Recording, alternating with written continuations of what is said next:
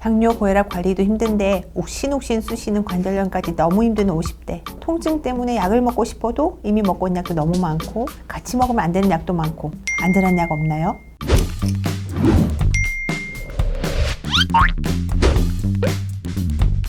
안녕하세요. 부산에서 오골이 약국을 운영하고 있는 황은경 약사입니다. 50살이 넘으면요 아픈 곳이 참 많아요. 50대 2명 중에 1명은 고혈압을 앓고 있다고 하고 4명 중 1명은 당뇨를 앓는다고 하죠. 이곳저곳 관절의 통증이 시작되는 시기도 이 시기입니다. 오늘은 관절염으로 인한 통증을 좀 줄여서 편안한 일상생활을 유지하는 데 효과적인 악마의 발톱을 소개시켜 드려 보려고 해요.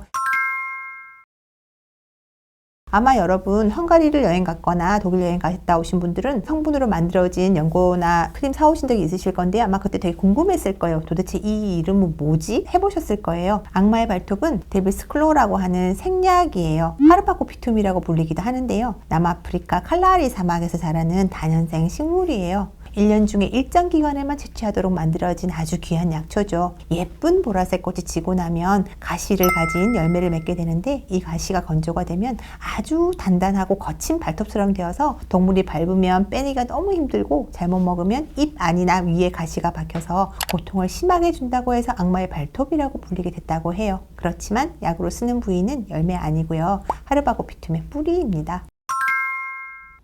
이 악마의 발톱은 원주민인 부시맨들이 오래전부터 민간 생약으로 사용해왔던 약이에요. 관절염이나 각종 통증에 이 약초를 달여서 음료수처럼 마셨을 뿐만 아니라 소화가 안 되거나 방광염이 생기거나 발이 삐거나 부스럼 같은 피부 질환에도 이것을 만병통치약처럼 썼다고 하죠. 맨발로 다니는 부시맨들이 관절염이 쉽게 생길 수 있는 환경에 비해서 관절염을 앓고 있는 사람이 적은 이유가 바로 이 악마의 발톱을 섭취했기 때문이라고 합니다. 이런 효능들은 나중에 다 과학적으로 입증된 바가 있어요.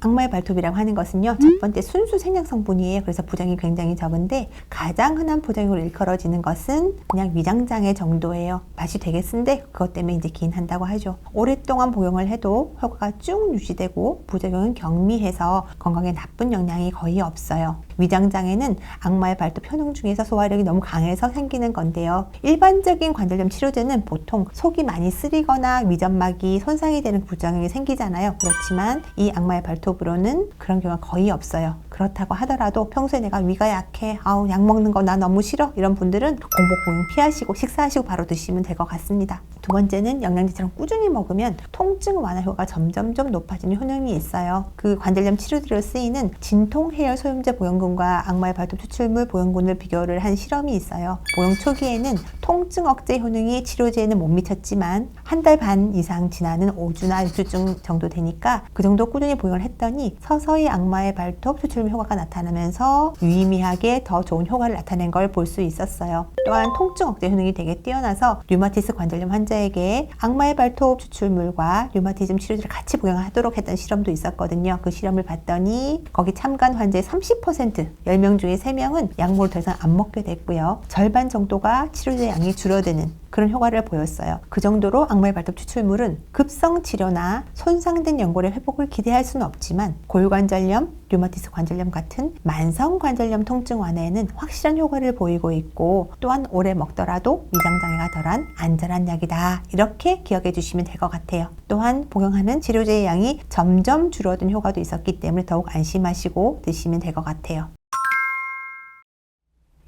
이번 통증 얘기를 한번 해볼게요. 어깨랑 허리가 심하게 아팠던 환자들한테 악마의 발톱 추출물과 위약을 각각 먹게 한 이후에 얼마나 통증이 줄어들었는지를 비교한 실험이 있었어요. 평균적으로 통증을 느끼는 사람들이 25에서 30 정도였던 사람들한테 악마의 발톱 추출물을 먹였더니 2주쯤 되니까 그 25에서 30이던 게 15에서 20으로 뚝 떨어졌어요. 그리고 4주쯤 되니까 아예 15 정도로 고정이 됐다는 거죠. 반면 가짜약을 먹은 환자들은요 20에서 25 정도였는데 2주가 지나도 4주가 지나도 큰 변화가 없었어요. 그만큼 악마의 발톱 추출물은 근육통에 대한 완화 효과가 굉장히 뛰어난 걸로 알려져 있고요. 또 하나 더 중요한 것은 관절이 뻣뻣하면 잘 못 움직이잖아요. 이런 강직도를 개선시켜서 앉았다가 일어날 때 그리고 계단을 오를 때 이런 일상생활의 활동 반경이 굉장히 넓어졌다는 점도 있었어요. 근육의 통증도 없애지만 관절도 뻣뻣하지 않게 한다도 하나 기억을 해주세요. 사실 당뇨나 고혈압이 있다 하더라도 사람이 옥신옥신 온몸이 아플 때는 약을 먹고서라도 일상적으로 움직여줘야 되는 거잖아요. 약물과 상호작용이 있을까봐 겁이 나서 아무런 약을 먹지 못한다면 그건 되게 우울할 거예요. 그럴 때 악마의 발톱 추출물은 큰 도움이 될 겁니다. 이 중에서도 유기농으로 재배된 안전한 생약 성분의 일반 약품이 있으니까 이걸 골라주시면 되죠. 심각한 위장장애나 약물 상호작용을 보이지 않으니까 골관절염, 류마티스 관절염을 가지신 분들이 편하게 선택해서 복용하실 수 있으십니다.